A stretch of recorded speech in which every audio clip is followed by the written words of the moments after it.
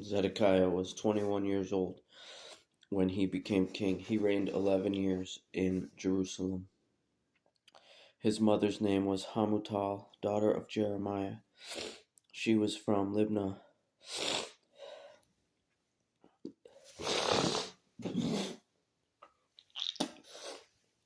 Zedekiah did what was evil in the Lord's sight, just as Jehoiakim had done.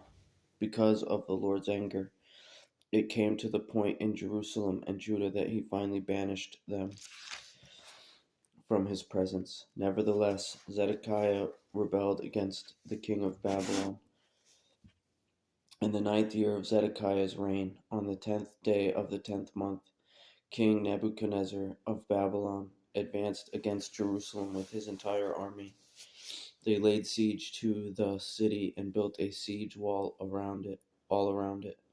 The city was under siege until King Zedekiah's 11th year. By the 9th day of the 4th month, the famine was so severe in the city that the people of the land had no food. Then the city was broken into, and all the warriors fled. They left the city by night, by way of the gate between the two walls near the king's garden. Though the Chaldeans surrounded the city, they made their way along the route to the Arabah. The Chaldean army pursued the king and overtook Zedekiah in the plains of Jericho. Zedekiah's entire army was scattered from him. The Chaldeans seized the king and brought him to the king of Babylon at Riblah in the land of Hamath, and he passed sentence on him. At Riblah, the king of Babylon slaughtered Zedekiah's sons before his eyes, and also slaughtered the Judean commanders.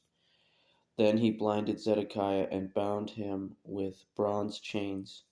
The king of Babylon brought Zedekiah to Babylon, where he kept him in custody until his dying day.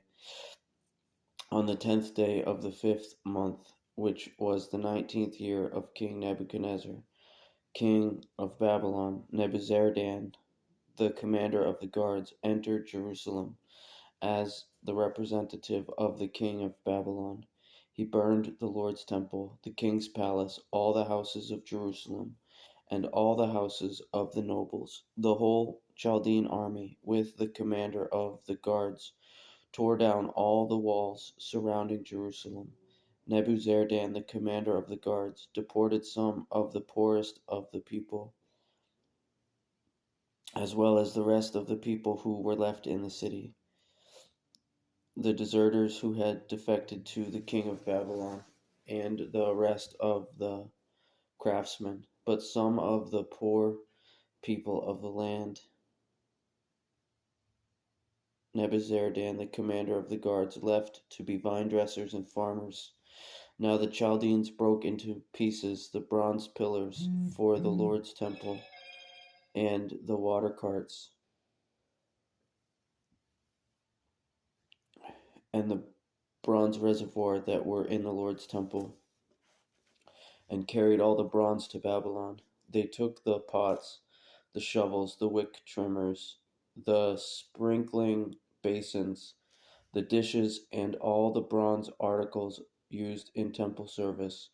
The commander of the guards took away the bowls, the fire pans, the sprinkling basins, the pots, the lampstands, the pans, and the drink offering bowls, whatever was gold or silver. As for the two pillars, the one reservoir, and the 12 bronze bowls under the water carts that King Solomon had made for the Lord's temple, the weight of the bronze of all these articles was beyond measure. One pillar was 27 feet tall, had a circumference of 18 feet, was hollow 4 fingers thick, and had a bronze capital on top of it. One capital, encircled by bronze lattice work and pomegranates, stood 7.5 feet high. The second pillar was the same, with pomegranates. Each capital had 96 pomegranates all around it. All the pomegranates around the lattice work numbered 100. The commander of the guards also took away Seraiah the chief priest, Zephaniah the priest of the second rank, and the three doorkeepers. From the city he took a court official who had been appointed over the warriors, 7 trusted royal aides found in the city, the secretary of the commander of the army, who enlisted the people of the land for military duty, and 60 men from the common people who were found within the city. Nebuzaradan, the commander of the guards, took them and brought them to the king of Babylon at Riblah. The king of Babylon put them to death at Riblah in the land of Hamath. Thus Judah went into exile from its land. These are the people Nebuchadnezzar deported in the 7th year, 3,023 Jews; in his 18th year, 832 people from Jerusalem. In Nebuchadnezzar's 23rd year, Nebuzaradan, the commander of the guards, deported 745 Jews. Altogether, 4,600 people were deported.